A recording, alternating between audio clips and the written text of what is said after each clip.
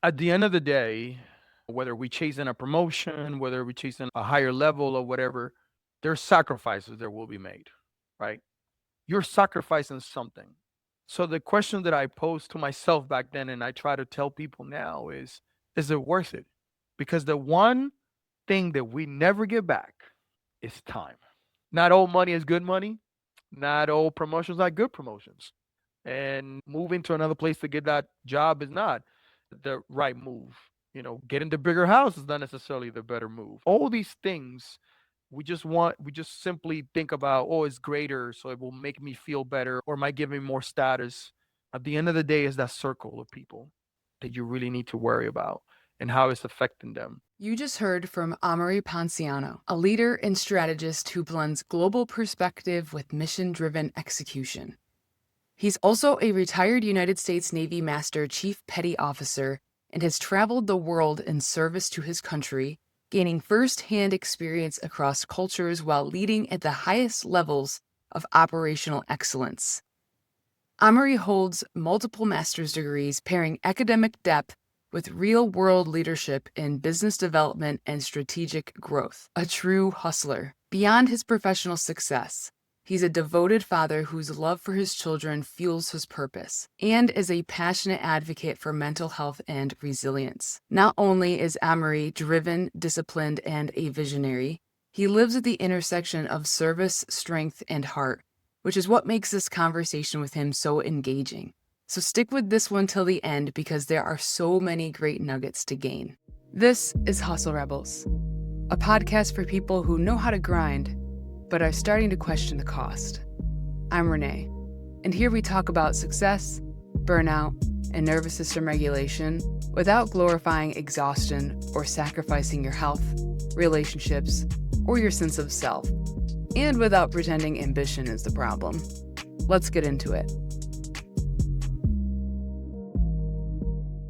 Welcome back to Hustle Rebels. Today's conversation is one that sits right at the core of what Hustle Rebels is about. And I am joined with Amaury Ponciano, a retired United States Navy Master Chief Petty Officer who's led at some of the highest levels of operational excellence, traveled the world in service, and built a life at the intersection of discipline, leadership, and purpose. But what makes this conversation different is that it's not just about leadership on paper. Amaury brings a deeply personal perspective shaped by real experience, including being on board the USS Cole during the bombing, and how that moment has shifted the way he sees mental health, resilience, and what actually matters. So we're going to get into leadership, ambition, identity, and the part that most people don't talk about, which is the cost of all of that. Because the question isn't whether you can succeed, we all know that we can. It's whether what you're sacrificing to do it. So why don't you just introduce yourself, tell us where you're coming from, and share a little bit more about you? Thank you for having me again. I was born in Dominican Republic, little island in the Caribbean, come from a very poor background. And thankfully, when I was around 13, almost 14, my mother was able to bring me to the United States and I came to New Jersey. As you probably would understand, it was a shock going from our Caribbean, nice weather all the time, to a thunderstorm of like 24 inches of snow Right. when I landed. It was my first time seeing snow. I didn't speak any English. So it was very shocking, but I knew that my mom made a lot of sacrifices just to get me here, which then propelled me to try my best in school, right? Like I knew that she worked in a factory, that she worked standing up for 8 hours. And then between taking the train from New Jersey all the way to Queens, it added up to another extra hour each way. So it will be like 12 hours. And then she'll get home, cook, clean, help us out with homework. I saw my mom only having two pairs of jeans, the ones she was wearing and then the ones that she was washing, while me and my brother had everything that we needed and then even more, right? You don't realize it at the moment, right? But as I gotten older and I look back, like I didn't need a Nintendo and a Sega Genesis. I had all the systems, right? Or she would give me money every week because I will babysit, for lack of other words, my brother, from the time school was over until she got home. That's when I could go out. I did well in school, but it wasn't well enough to where I will get a scholarship or anything like that. So because we didn't have the money, it was either go straight to work or join the military. So then I remember taking the ASVAB, which is the test where they get to know like your knowledge and just to see where they will place you for the army. And my mom husband at the time, he was prior army, so he was kind of sell that. But as life will put it, they wanted me to go to infantry. Although I had pretty good scores on my ASVAB because I'm really good at math. My English was not as good because I only had 4 years in the US, but I was really good at math. So my math was really high. So my overall scores were really high, but they were only talking about infantry. I got upset. I walked out, and it just happened that the way the recruiting office was, you walk out of one door, there's the other branches, Navy, Air Force. So I just Just went to strap you in. yeah, You so can't I just escape. went to the Navy and was say, "What you got to offer?" And he's like, "What did you score in your ASVAB?" I told him, and he was like, "Oh, I could offer you a bunch of jobs." And I was like, "I want to work with computers. That's what I want to do." So, make the story short, I would join the Navy right out of high school, and my very first ship was the USS Cole. So I reported to the Cole in March of 2000, and we went on deployment in August of 2000.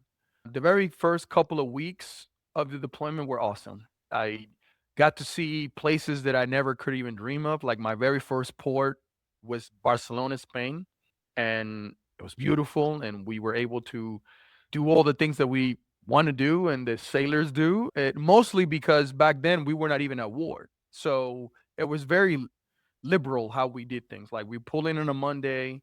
Our curfew was like 6 o'clock in the morning. So like you could party all morning, just show up, make sure you're alive, and they'll be like, okay, you're here. And then you could go right back out at 8 o'clock in the morning if you didn't have to work that day. So yeah, that's kind of what happened in the next like two or three ports. In Croatia, we hit Malta, and then it was finally time to do work, quote unquote. So we had to head to the Middle East. On our way to the Middle East, we had oil leak. That's like one of our turbines, oil was spilling out, and it got to the point where we had a lot less than what is required to stay out to sea. So we had to pull in to the very first port that we could. And the people above us selected aid in Yemen, and we pulled into Yemen in October of 2000. And a few hours after we were moored in Pierside, we had a suicide bombers who got close to the ship, started praying, and then they blew up. And the ship had a hole that I want to say, remember the dimensions, but pretty, I want to say it's like 17 feet Oh, wow. uh, wide. And unfortunately, we lost 17 lives, Oh my God. sailors, friends of mine. Because one thing I will say, when you in a DDG, that's a destroyer. That's the class of ship that I was in. It's about 330 people. And when you then go on deployment, you get to know everybody because you see everybody, right? I might not necessarily know you to the point where I know, how many kids and how many this, but at least I know your name. I know where you work. I kind of know your schedule. So I knew everybody. And like I said, 17 passed away, unfortunately, and 39 were injured. And during that entire time, our responsibility then became not letting the ship sink while also taking care of all those people that were injured. Yeah. I'm not going to bore you with all the things that did happen. I will just simply mention a few things. First of all, we didn't have any food because the storage where the food was destroyed. But thankfully, we had our ship store that was not touched and the storage for the ship store. So our meals were sneaker bars and Pringles and whatever you can find. And we had to ration that for the first 40 72 hours. We didn't have any portable water. So whatever water we had in the storage, that's what we had to drink, or Gatorade, whatever was in that storage. But we also didn't have any water to use the bathroom or take showers. And then there is the dead bodies and even the smell of that, people that just passed away, unfortunately.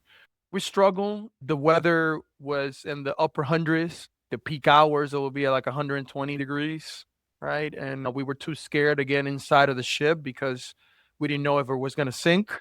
So it was a struggle. But what kept me going and doing the things that I did, which by the way, I didn't do anything heroic, I just did what I was told, was the fact that I wanted to go back home to my mother. That was my purpose, my why.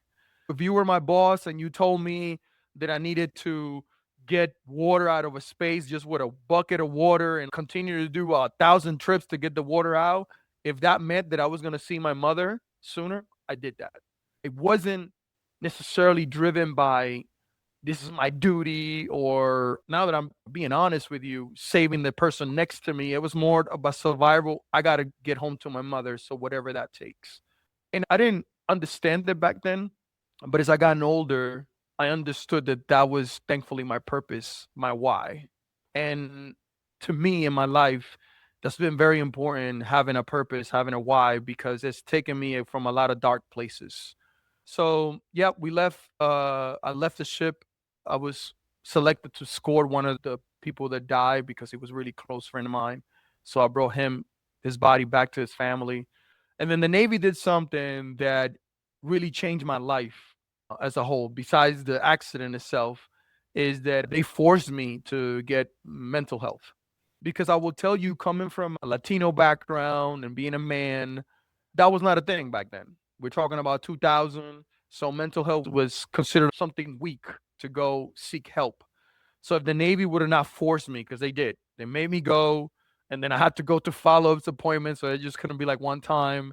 And then it's been something that's been part of my life. I have PTSD ever since then, and I'm going to counseling for over 26 years because every time I feel like I'm better, something creeps up, and thankfully, it's not something that makes me want to do something to myself or to others, but it puts me in a shell where I don't want to be around anybody. And it doesn't matter who is around or how happy I am, it kind of puts me there. So it's a constant fight to try to be able to do my day to day and enjoy my kids and enjoy if I have a partner and things like that. And then, especially once I became a leader in the military, where people come into me for answers and for guidance, I had to show this phase of like, I'm calm, I'm okay, things are going fine.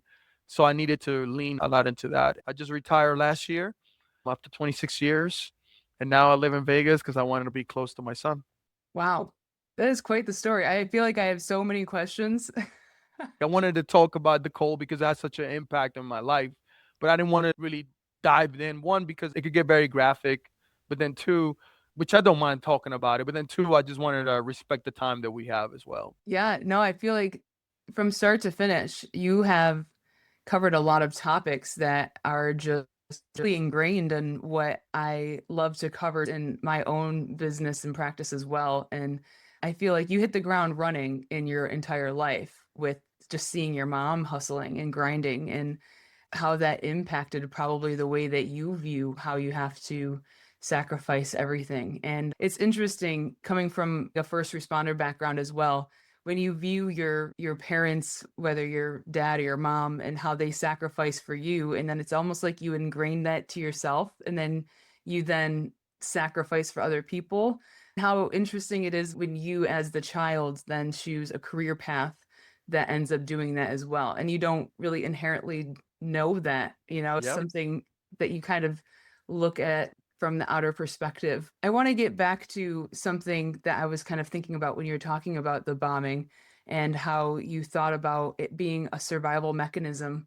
I feel like when you're surrounded by people in that instance, how did it affect the camaraderie versus, if you're just like in a corporate world and you're just going day to day, and our nervous systems are so crazy, right? And we're always absorbing things around us when we don't really understand it quite as much. But you kept saying it was your survival technique to just think of your mom and that's your mission. But you're also absorbing how this traumatic event just happened, but you're also working alongside the people with you. How did that affect you as well in that moment? So I will say though, one, we were very well trained. Although we had a lot of fun in the 2 months before it happened, one thing that our commanding officer did do was he will require to do X amount of training, like on the times that we were out to sea. So usually what will happen is we will pull into a port on a Monday, we will go back out on a Friday. That Saturday, it was all drills. Drills about fire, about flooding, about a missile inbound. So a lot of things became muscle memory. So I had that first, and a lot of us had that too. you also get to understand by doing these drills that no matter how well you do something, there's always something I got to do and the next person got to do for your part to even be working. So you could do everything in your part. And this is where, although I was like, I want to get back to my mother, no matter what I did, there was other people that had to do other things for my little part to be the connection. So I was just part of the chain.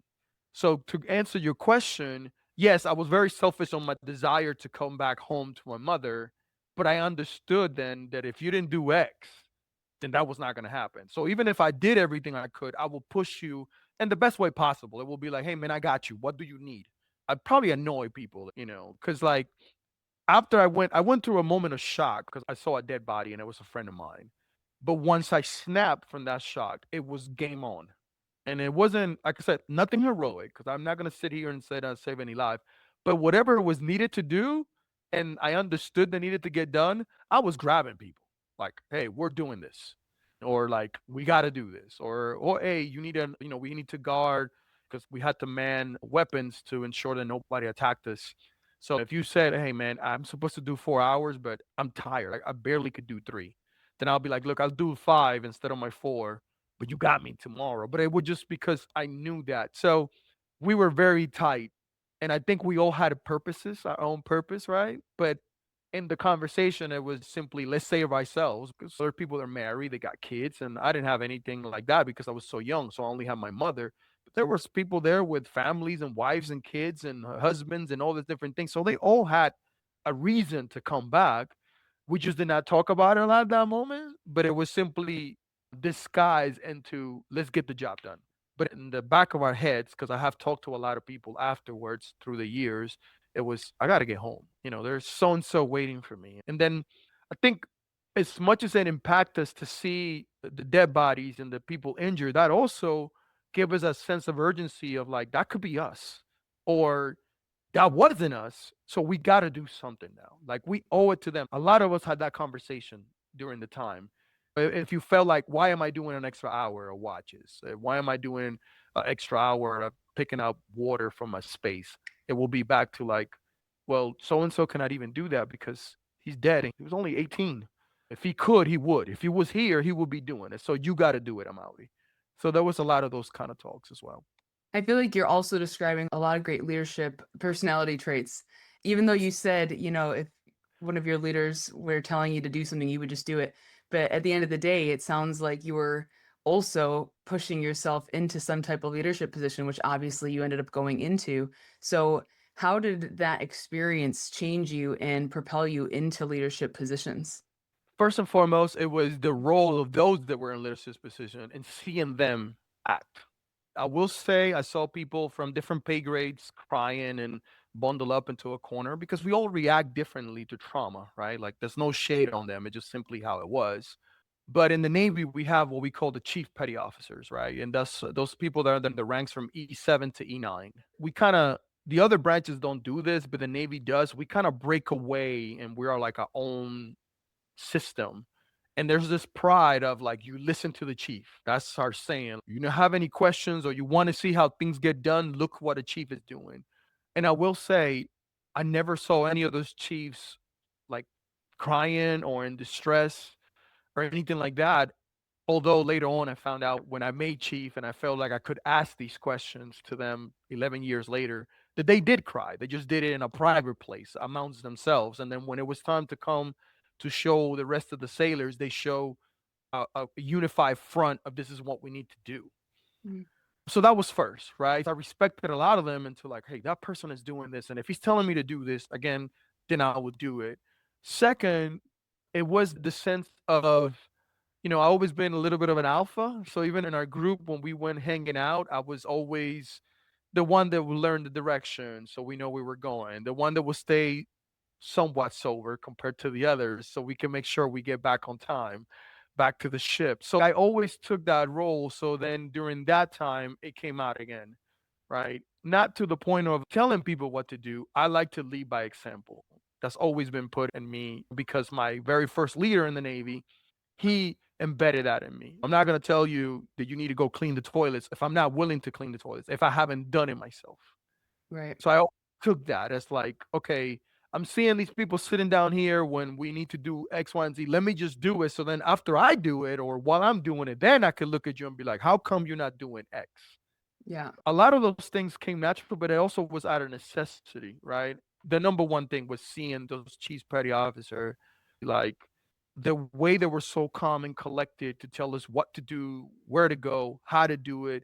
I mean, I'm talking about one of them had a broken leg and he still put all his firefighting stuff and was, you couldn't tell he had a broken leg.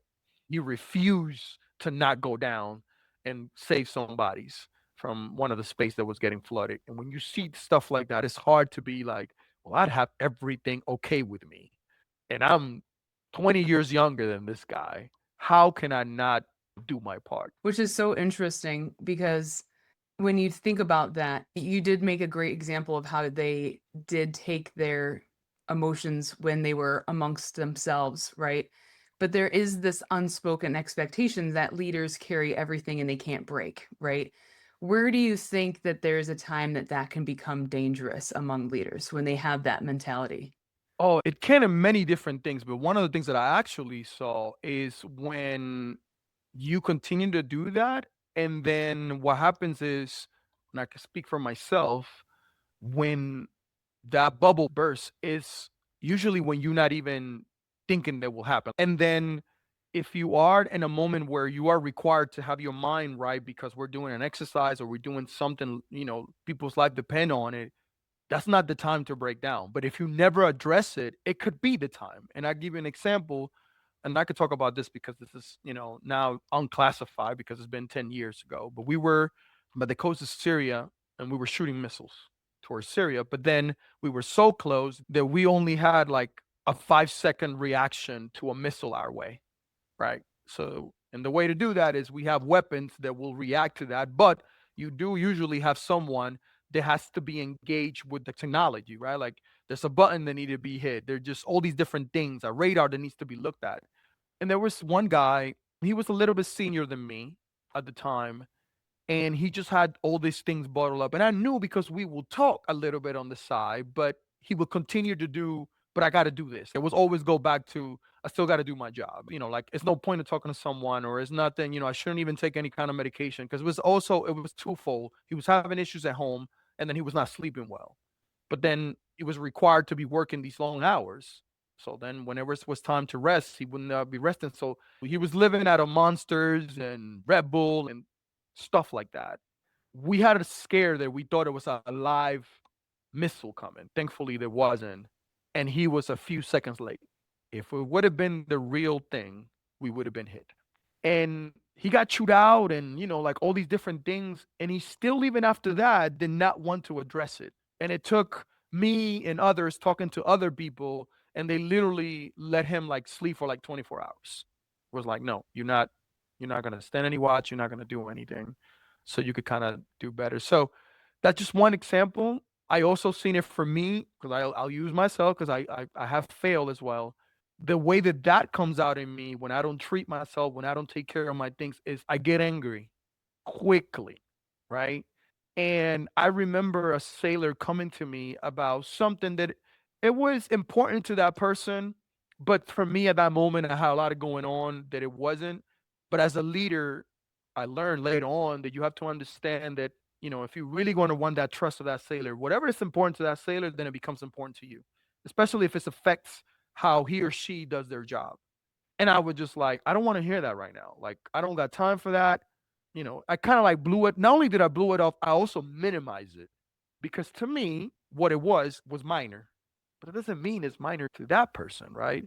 I got a phone call a few days later, and the person didn't hurt themselves, thankfully, but they went to the hospital and they put themselves on what we call the fifth floor or whatever. And I always go back to that, like, did I help with that? In the sense of like, did I push her to feel like she didn't have anybody to talk to?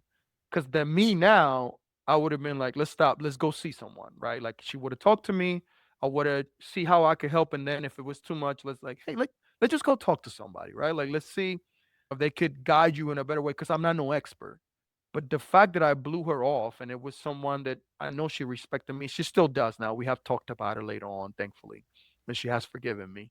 Yeah, I let her down.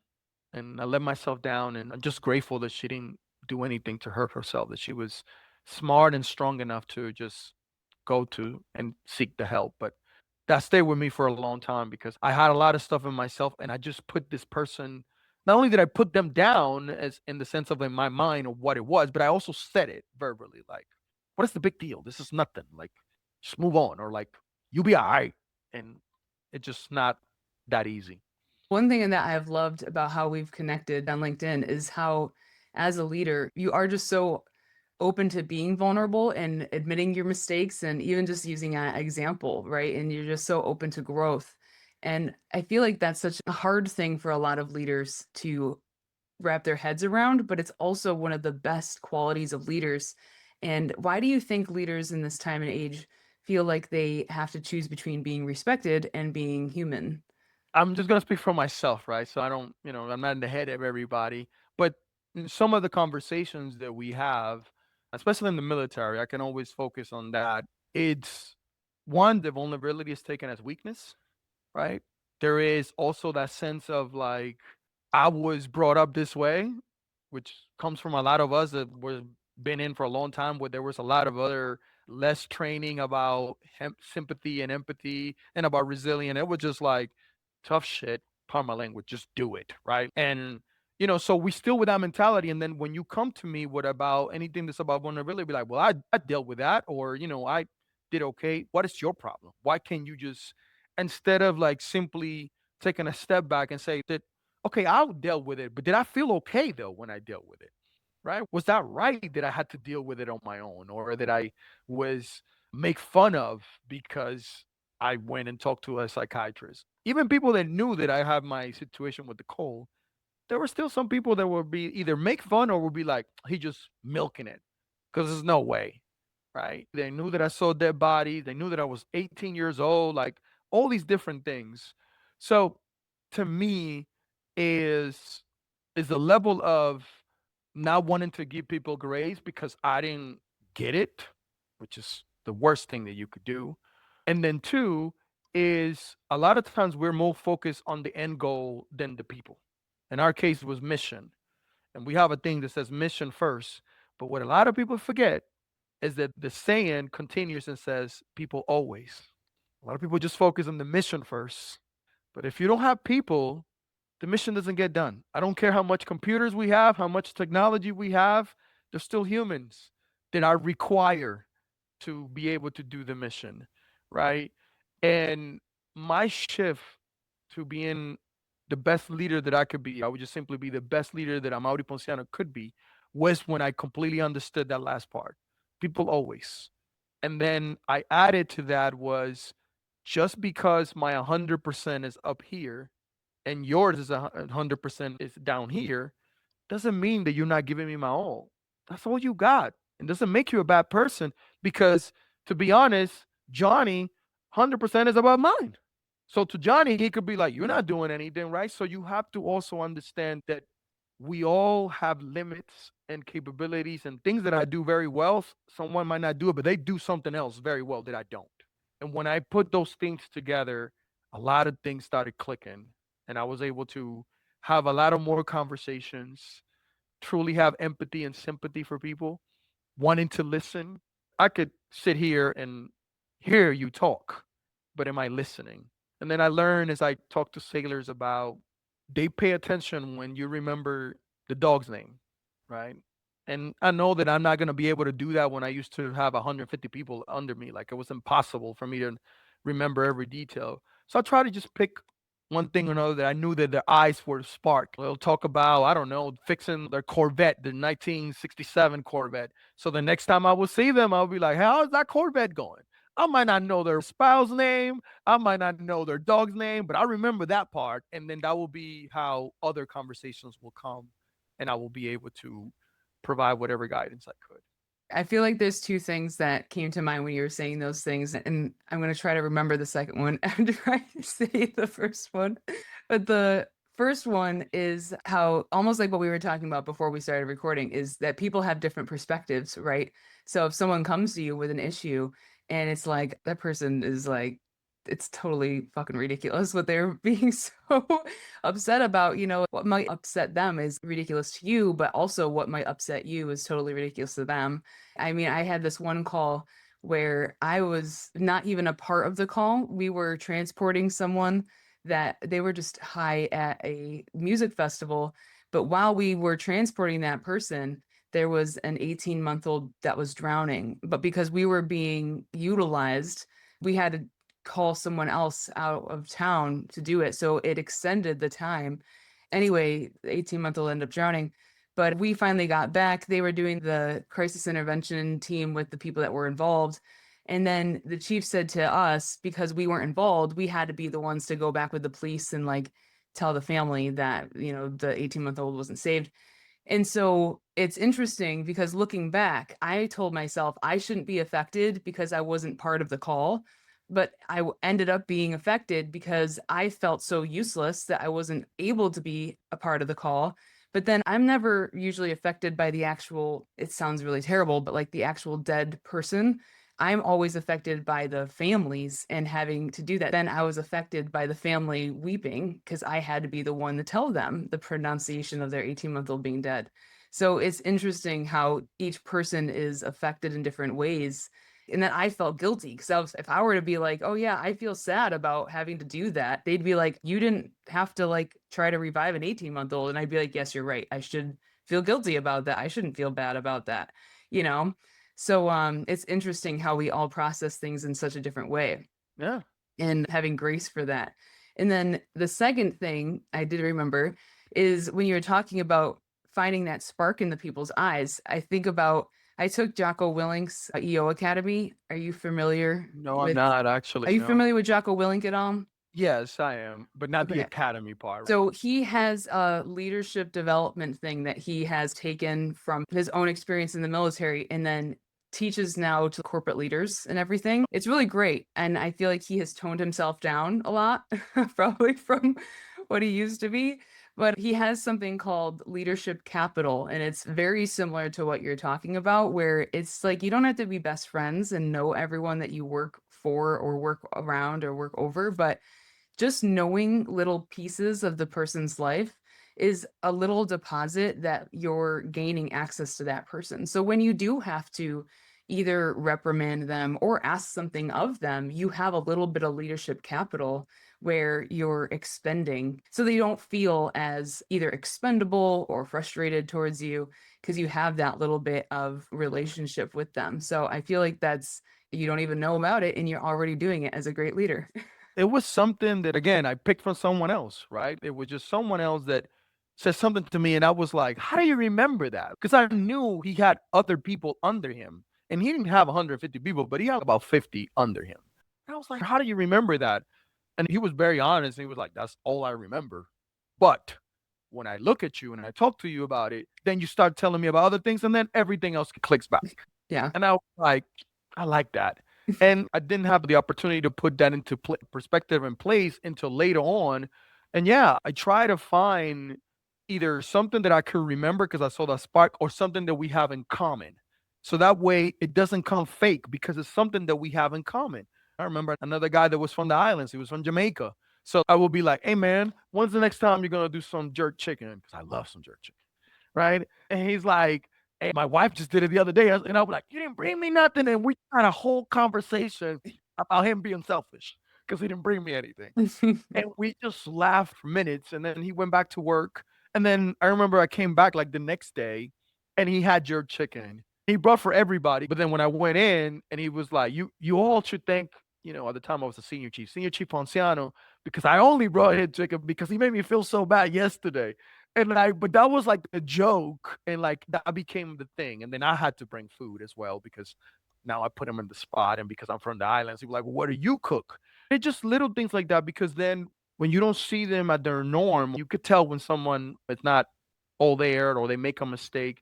Then you're able to ask those tough questions, and they have that level of trust to tell you because you also care when things were right. So it's not just because it's your responsibility as a leader to ask me, why am I bloom? It just, you always ask me, how am I doing? So it's easier. And even if they fight me, because there's some I'm like, no, I'm okay. And I know they're not. So I will put him to my office and I'll be like, okay, you don't have to talk about it. Talk about the jerk chicken or something that we have in common. And then little by little, I'll be like, well, now that we're here, man, tell me what you are willing to feel comfortable about the situation. See if there's anything that I could help, whether it's with advice or just simply someone that you could talk to that is not another person, if it was the spouse or if it's something that nobody else will understand, kind of thing. I worked about 90% of the time. I'm happy with that.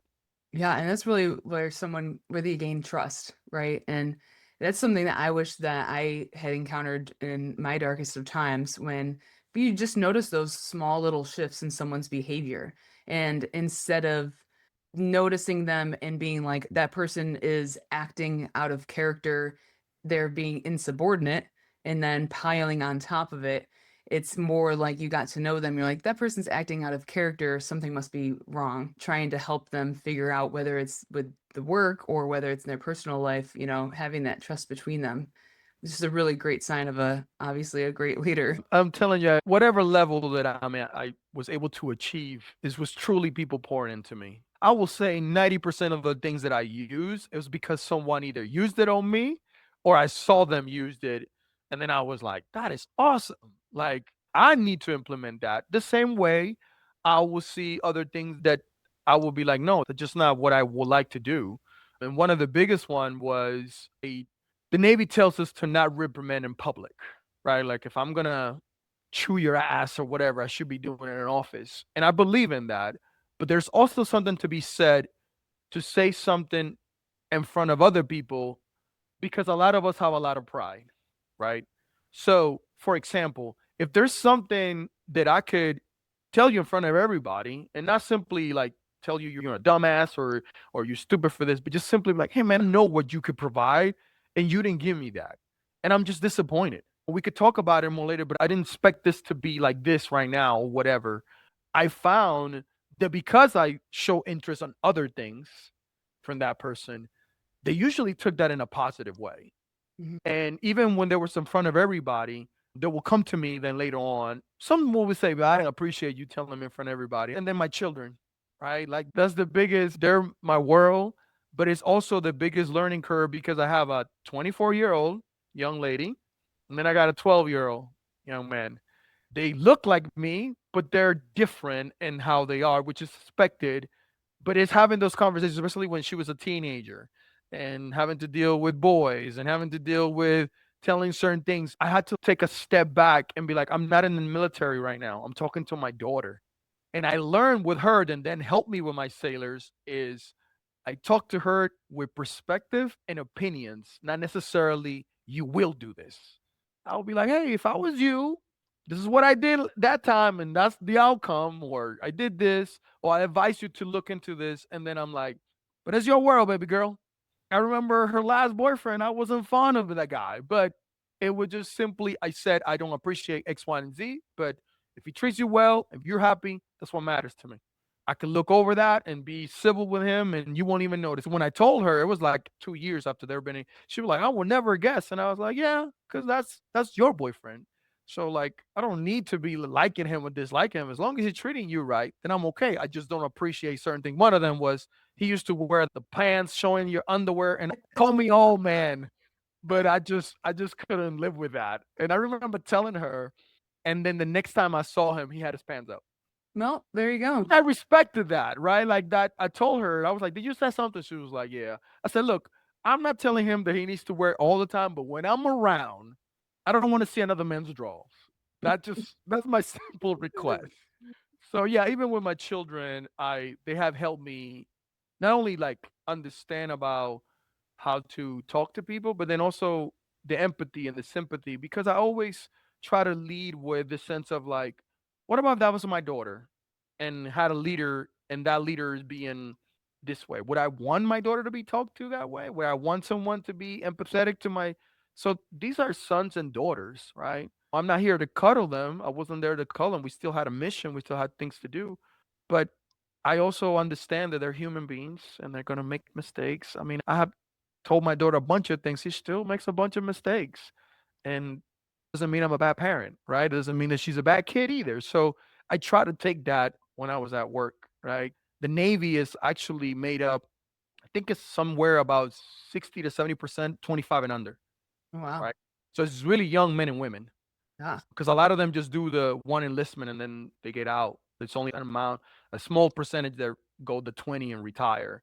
So like I was dealing with a lot of those. I couldn't help myself but to think a lot of times like if it's my daughter, because she was the oldest at the time, I'll be like, how would I want my daughter to be treated? How would I want someone to treat her when she's talking about something that might be minor to me, right? But if it was my daughter, would I want her chief to give her the grace to, I don't know, go take care of that flat tire instead of waiting after work, right? Like just little things like that. Yeah. Well, it sounds like you've had a lot of growth within your leadership. And what would be some of the things that you had to unlearn in order to have that growth? I'm ashamed to say this one, right? But I think I want to be transparent, right? Growing up, I was very homophobic, right? I grew up in a household where it was a bad thing that this how the culture was in Dominican Republic. So I come to the military and I had those biases, right? Just not necessarily that they were bad people per se, but I don't need to be around you, leave that kind of stuff alone or whatever. Thankfully, the Navy or the military went from the don't ask, don't tell and eliminated so you could say that you were homosexual. I remember someone that was a good friend of mine just told me I'm gay. It's such stupid to even think of it, but it's just a reality. How I just look at it, I was like, man, this dude been around me and has done the hard jobs, has been there with me, helped me study, do anything. Not one time he tried to do anything with me or even come at me in any way. He just like me. He just love men and I love women. And once I understood that, and then later on found out that my brother was gay, and remember him crying to me, telling me when he opened up, saying, "Do you really think that I just will do this if it's not something that is inside of me when I know there's so much hate out there?" When you put it in that perspective, that you don't choose to be gay, it's just who you are. That gave me something in the sense of like I was able to look at religion, race, sex, or orientation, like all those things, and just simply put it in the bucket that like we're just human and we're just trying to do the best that we can. And, you know, whether I'm Catholic and you're Muslim or I'm Muslim and Christian, whatever, at the end of the day, it's about treating people right. It's about caring for people. And our differences is actually what makes us stronger. It's actually what makes us better. Because although I am not a religious person, I used to be Catholic, but once I grew up, I just decided not to be in any kind of religion. That doesn't mean anything. Like, hey, you be Catholic, go to church, do what you got to do. All good. We go to the game afterwards, right? Like that just had nothing to do with me, right? Like who you are at home with, or what you eat, what you drink, what you do, like it has nothing to do with me, unless it does something to do with me. Like if you drink and drive, and don't tell me, and I get in your car, then yes, it has something to do with me.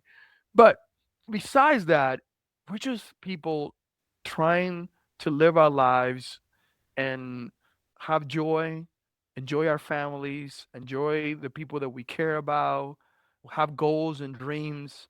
And that's what makes us amazing, right? Like that's what makes us great. And I love that about the Navy. The Navy introduced me to different backgrounds, different religions, and I'm so extremely grateful. I will definitely put that as like the number two thing that I'm grateful for the military. The number one, give me the opportunity to provide for myself and for my children because I still to this day, my retirement and then all the benefits that I'm able to pass to my children, that's been amazing. But the second thing, I opened my eyes to just see you as who you are and not put all these barriers and all these, but she's this or she might teach me some things. I might not do the same thing. I might not care for that religion or I might not even eat that dish, but show me how to do it, right? And maybe I do like it. And if not, then it is what it is. And I think that really helped me to become the best leader that I could be. Not the best leader, but the best version of me as a leader because I was able to see people for who they were without putting barriers and without, well, we don't have this in common. Yeah, we don't, but okay, show me, tell me something that I could learn from it. So that way maybe I could relate to someone else or speak their way or what they believe. Love that perspective. And I love that you just have the ability to be open and honest of how your opinions are able to be changed. And that is not a quality that a lot of people, especially in, 2026, is able to have. And I just have one final thought that I want your perspective on. And it's really for anyone that might be listening that feels stuck in this cycle that they need to achieve more and they need to sacrifice more. And they might be stuck in that mentality that might be closed minded. But what could be the first thing that they need to hear and be honest about that you could maybe relay a perspective to them for? I got to a point in my career where I had to take a step. At the end of the day, whether we chasing a promotion, whether we chasing a higher level or whatever, there's sacrifices that will be made, right? Whether it's time, attention to the people around us, whether it is I'm not gonna take vacations because I gotta be, you're sacrificing something. So the question that I posed to myself back then, and I try to tell people now is it worth it? Because the one thing that we never get back is time. I missed graduation from my daughter. Some of that had to do with COVID, but because of the job and because of COVID, I couldn't fly from Sicily to be in Virginia for her graduation. Although I promised that I will be there, wasn't. I remember before that, I had a choice to either take orders to Sicily or to Hawaii. This was before COVID because that was the only two choices they gave me. And I remember that if I would have gone to Hawaii, I probably would have made E9 because I was an EA at the time. I would have made E9 like this because I was going to go to a high operational. And I said to myself, I'm almost at 20 years. I given it all. Now I'm going to be a little selfish. And I said, I'm going to go to Europe because I want to travel in Europe. I'm still going to do my job. I still went to an operational command, but it was more slower pace. But I said that to myself, and it was the best decision I did in my career. I still ended up making E9 just a few years later, but I loved it. I traveled to like 20 different countries. It's the same command where I had 150 sailors. I didn't even know that I was going to have that many sailors under me. And I had so many that I helped them achieve so many things because I was able to make them see the best version of themselves or help them. So, to your question, is the sacrifice worth it? Right? If you believe it in your heart that it's worth it in the sense of like, yes, it will give my, let's say it's for this promotion. That amount of money is also going to help me then get that house that I want for my family or that vacation house that I want for 10 years from now. Okay, if you could honestly say, you could sit down for a couple of days and say it's worth it, all for it. But if it's taken away from time with doing the things that you love, seeing the people that you care about and love, then I suggest that you take a little bit of time. Talk to those folks. See how they feel. They're very supportive for the most part. People that love us for our careers and they will always say, you do that. But just sit them down. Forget about the promotion. We're talking about promotion right now, but forget about that. How would you feel if that means that I'm gonna be gone? And just be honest. Be like, hey, I want your honest, not what you think I need to hear. I want to know what you really feel about the fact that I'm always getting here at 8 o'clock at night, and we hardly even had dinner together, and then it's time to go to bed because I get up early, or you get up early, or whatever, or that we cannot take vacations because I'm so worried about a phone call or whatever. And you'll be surprised when you are willing to have this conversation, not when you're heated, like, hey, I want to make the decision, but I wanted to be able to do it with all the information. I'm not saying that what you tell me is going to change my mind one way or other, but I want it as an input. And then you make that decision. It's hard to do, but that will Yeah. be my advice is that not all money is good money. Not all promotions are good promotions. And moving to another place to get that job is not the right move. Getting the bigger house is not necessarily the better move. All these things we just simply think about, oh, it's greater, so it will make me feel better or might give me more status. At the end of the day, is that circle of people that you really need to worry about and how it's affecting them. And that's why I retired 26 instead of 30, because I was like, I need to be close to my son. I miss so much from my daughter. I'm not doing that with my son. So I could have gone to 30, probably could go all the way to like 32, which is when they're like, hey, you got to go. But I was like, no, 26 is enough. I achieved everything I wanted and I got the promotion. I got all the way to E9 like I wanted. My pension is gravy and I got my education. I got all the things. Why should I stay more? For what? Because I would have got a higher promotion and it just be in my title that would be higher? Not worth it. The times that I have now where I could take him to school, pick him up from school. I could go for lunch. I could take him on trips. I could plan ahead because the Navy is not telling me that I'm gonna be deployed. Like I literally last year I planned a trip for now in July. I bought everything last year because I know I'm here. I know I'll be able to be there for him and my daughter, and that's priceless. I feel like that's a great place to land. Some great perspective shifts. Well, Amaury, that is a powerful conversation that we just had, and I appreciate you bringing both strength and honesty, vulnerability into this. And before we wrap up, where can people connect with you, follow your work, and your book that you haven't mentioned yet? Awesome. Thank you. Yeah, so I have a book called Anchoring Resilience. It talks about the cold. It talks about my journey from, Dominican Republic and the resilience that I had to display, even though I didn't understand what resiliency was back then. It's easy in Amazon. You could type my name, or you could simply just type Anchor and Resilience. And then I'm in LinkedIn, and it's just my name dash Ponciano, Cody dash Ponciano, and you can find me there. I will tell you that if you want to read a book about a person that comes from nothing and has been able to give his all, it's a good read.